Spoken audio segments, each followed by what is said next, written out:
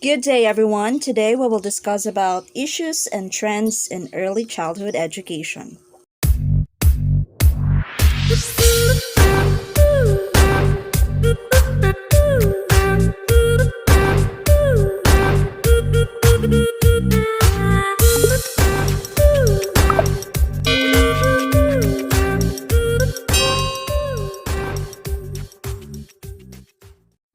Issues in early childhood education are issues that you should know about. We just simply care about young learners, that's why keeping an eye on the changes and trends in ECE is a great way to nurture the little ones in our life. One thing we know for sure about early childhood development is that there's always more to discover. Many studies have concluded that when done right, ECE provides lasting benefits to all students and has a major impact in our lives throughout adulthood. But knowing ECE, it doesn't always mean we know how to best guide those brilliant young minds. This is why trends in early childhood education are so important. It's how we find new ways forward. Now, let's go beyond to four emerging trends in early childhood education. First, we have a new focus on phonics and literacy instruction. A trend I'm observing and cheering for in the field of early childhood education is the focus upon explicit, systematic phonics and literacy instruction, says by Dr. Christina Williams, the owner of Book Bombs. In the past 2 years, more experts and more literacy focused community groups are acknowledging the big publishing companies have been promoting inadequate curriculum. Dr. Christina Williams explains that research findings have long shown a gap in how ECE materials and educators teach our code based language to young learners. Now, how does it affect early childhood education? According to Williams, I have seen far too many teachers who haven't the slightest idea how to teach kids to read and spell well.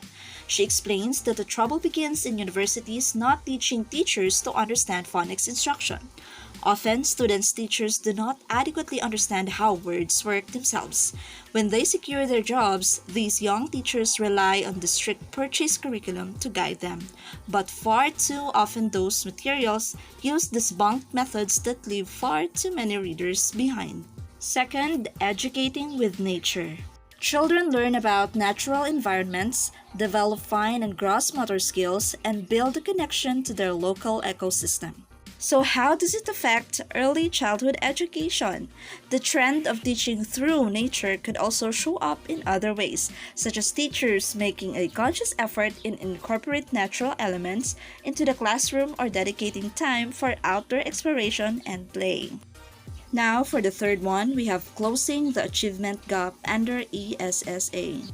The achievement gap refers to the differences in academic achievement of different social and economic groups.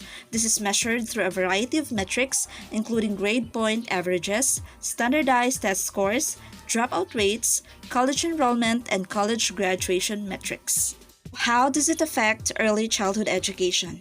Assessment of student learning is a crucial element of a successful education, as it can help educators identify learning needs early on, but is also one of the primary metrics schools have to determine if they are succeeding with their young learners. For the last one, we have technology in child development. Technology is an ongoing trend in ECE, as it is pretty much useful in every industry. It's a constant balance for ECE experts to decide how to teach with technology, while also teaching digital resilience, as they know children are likely to interact with devices at home. Whether you like it or not, technology and device usage by young children is a fact of life for a large number of children. Children are owning devices and using the internet at a young age and are spending much more time in front of small screens. So, how does it affect early childhood education? Discovering resources that meet the needs of students can greatly enrich the current material they are learning, even with the proven effectiveness of technology in the classroom. Educators are left with a few questions. What role should technology play in our classroom? What should we teach our students about using technology? One of the most important elements to consider is how children are interacting with the technology, ensuring that new tools are developing positive behavior. Technology or screen time also comes in many forms. According to the Common Sense Census, these are four main forms. We have passive consumption. This is all about watching TV, reading, and listening to music. Another one is interactive consumption. It is playing games and browsing the internet. Another one is communication. It's a video chatting and using social media. And the last one is content creation, or using devices to make digital art or music. When it comes to the question of how much technology to incorporate into lesson plans, Common Sense Media recommends no more than 1 hour per day. And these are just some of the few of issues and trends in early childhood education.